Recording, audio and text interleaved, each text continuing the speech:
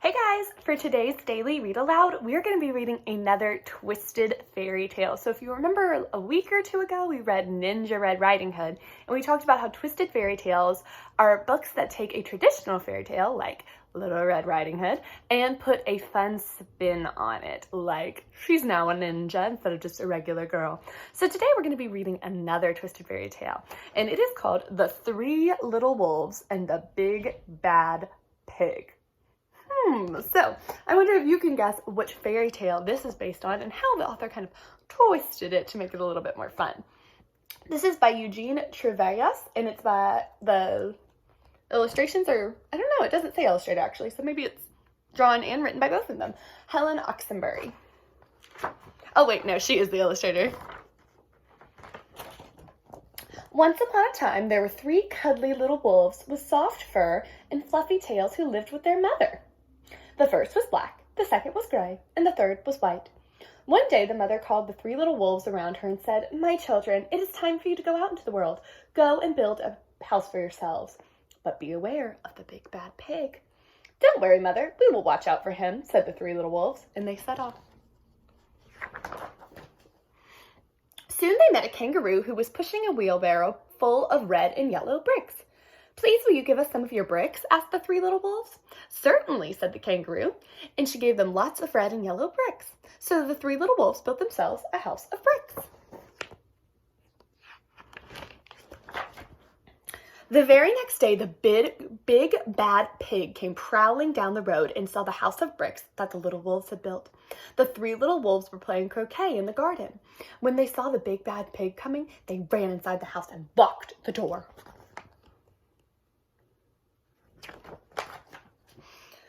The pig knocked on the door and grunted, little wolves, let me in." "No, no, no," said the three little wolves. "By the hair on our chinny chin chins, we will not let you in, not for all the tea leaves in our china teapot." "Then I'll huff and I'll puff and I'll blow your house down," said the pig. So he puffed, he huffed and he puffed, and he puffed and he huffed, but the house didn't fall down. But the pig wasn't called big and bad for nothing. He went and fetched his sledgehammer and he knocked the house down. The three little wolves only managed to escape before the bricks crumbled, and they were very frightened indeed. So I'm definitely noticing some differences from the classic Three Little Pigs. "We shall have to build a stronger house," they said. Just then they saw a beaver who was mixing concrete in a concrete mixer. "Please, will you give us some of your concrete?" asked the three little wolves. "Oh, certainly," said the beaver, and he gave them buckets and buckets full of messy, slurry concrete. So the three little wolves built themselves a house out of concrete. No sooner had they finished than the big bad pig came prowling down the road and saw the house built of concrete that the little wolves had built. They were playing battledore and shuttlecock in the garden, and when they saw the big bad pig coming, they ran inside their house and shut the door. The pig rang the bell and said, "Little frightened wolves, let me in." "No, no, no," said the three little wolves. "By the hair on our chinny chin chins, we will not let you in for all the tea leaves in our china teapot." "Then I'll huff and I'll puff and I'll blow your house down," said the pig. So he huffed and he puffed and he puffed and he huffed, but he couldn't get the house to fall down. But the pig wasn't called big and bad for nothing. He went and fetched his drill and smashed the house down. The three little wolves managed to escape, but their chinny chin chins were trembling and trembling and trembling. "We shall build an even stronger house," they said, because they were very determined. Just then they saw a truck coming along the road carrying barbed wire, iron bars, armor plates, and heavy metal padlocks. "Please, will you give us some of your barbed wire, a few iron bars and armor plates, and a heavy metal padlock?" they said to the rhinoceros who was driving the truck. "Sure," said the rhinoceros, and he gave them plenty of barbed wire, iron bars, armor plates, and heavy metal padlocks. He also gave them some plexiglass and some reinforced steel chains because he was generous and a kind-hearted rhinoceros. So the three little wolves built themselves an extremely strong house. It was the strongest, securest house anyone could possibly imagine, and they felt absolutely safe. Look at all those tools that they are using to build that house. Oh my goodness. The next day, the big bad pig came prowling along the road as usual. The three little wolves were playing hopscotch in the garden. When they saw the big bad pig coming, they ran inside their house and bolted the door and locked all 37 of the padlocks. The pig dialed the video entrance phone and said, "Little frightened wolves with trembling chins, let me come in."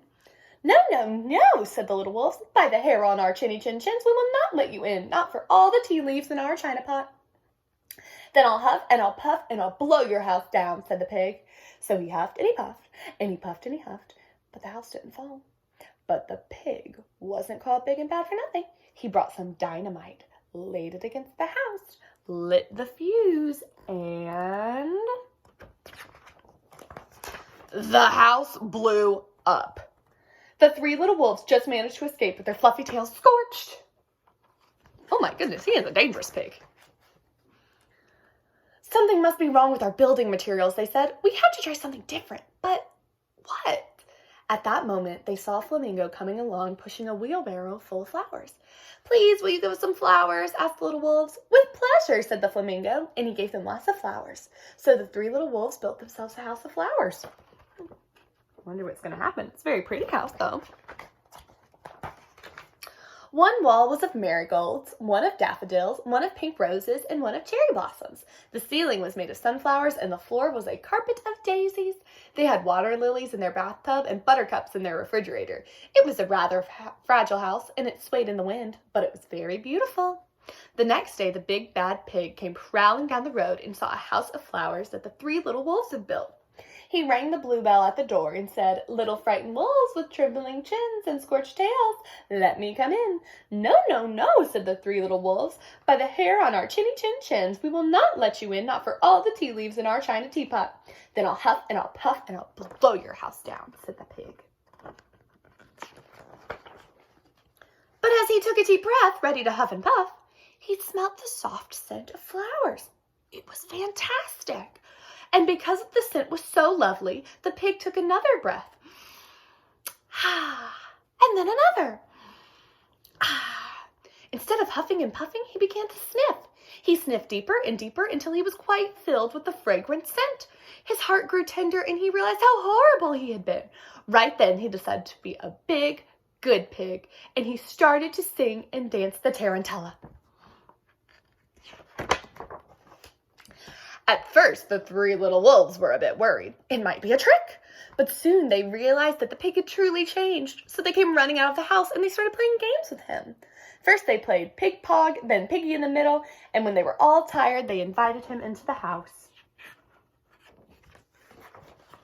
They offered him tea and strawberries and wolfberries and asked him to stay with them as long as he wanted, and the pig accepted, and they all lived happily together ever after. What a fun, twisted fairy tale. I hope you guys enjoyed it. I want you to talk about with someone at your house, or maybe just think about it to yourself, how this book, The Three Little Wolves and the Big Bad Pig, was different from The Three Little Pigs and the Big Bad Wolf. And how is it the same? That's my favorite thing about twisted fairy tales, is you can find differences and similarities between the two books. So I hope you guys enjoyed this one. I know I enjoyed reading it to you, and I'll see you in our next Read Aloud. Bye, guys.